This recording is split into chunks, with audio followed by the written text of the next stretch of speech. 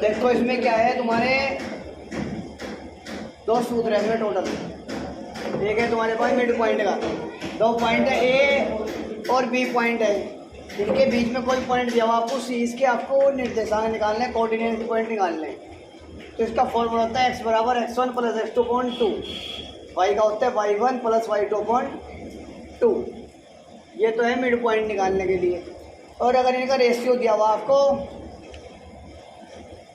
तो उसमें लगेगा हुआ सेक्शन फॉर्मूला। ये इसमें रेशियो दिया हुआ आपको m1 और m2। m1 यहाँ से यहाँ तक रेशियो है, ये a से लेके b तक, और ये होता है m2।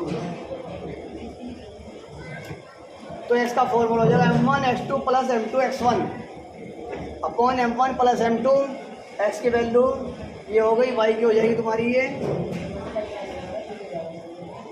m1 y2 plus m2 y1 m1 plus m2। ये दो फॉर्मूले हैं। एक क्वेश्चन इसका आता है 3 नंबर का, एक इसका आता है 2 नंबर का। ये आपके इसके फॉर्मूले हैं। अब इसका क्वेश्चन समझो।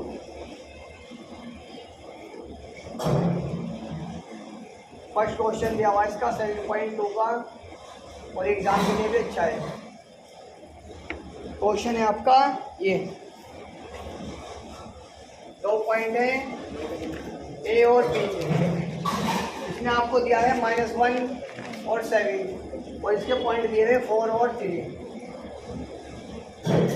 ये ले लिया आपने पी पॉइंट, रेशियो दिया 2:3। तो आपको जो पॉइंट से बीच में डिवाइड कर रहा है उसके पॉइंट निकालने हैं।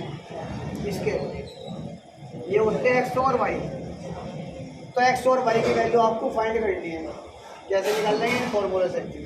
रेशियो दिया हुआ ना, तो कौन सा फॉर्मूला लगेगा? ये भी क्वेश्चन है जो पेपर में छप गए, आना ही आना, कटना नहीं। समझ हमारी बात। अब इसकी वैल्यू रखो, x की निकाल लो पहले। x बराबर m1 x2 plus m2 x1 m1 plus m2। m1 और m2 ये है, m1 कितना है 2 और m2 है 3, 2 प्लस 3 रख दिया। ऐसे यहाँ रखो, 2 यहाँ और 3 यहाँ, 2 मल्टीप्लाई में x2 x1 है। तो x2 कितना है 4 और x1 है ये, तो 4 और -1 रख दिया। ये आगे 3 5, तो 5/5 5 से काट देते बस। x की वैल्यू आ गई 1। ऐसे आप y निकाल लेंगे। y का फॉर्मूला ये लगाओ, y = m1 y2 plus m2 y1 m1 plus m2 m1 m2 ये 2 और 3, नीचे रखो 2 प्लस 3, ऊपर वैसे लिखना 2 और प्लस 3 मल्टीप्लाई y1 और y2 है 3 और y1 है 7। ये है 3 और ये है 7,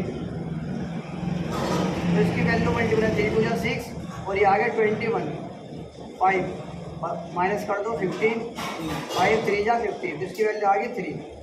तो x की वैल्यू तो आई 1 और ये आई 3, तो पॉइंट हो गए 1,3। ये आ गया इसका आंसर।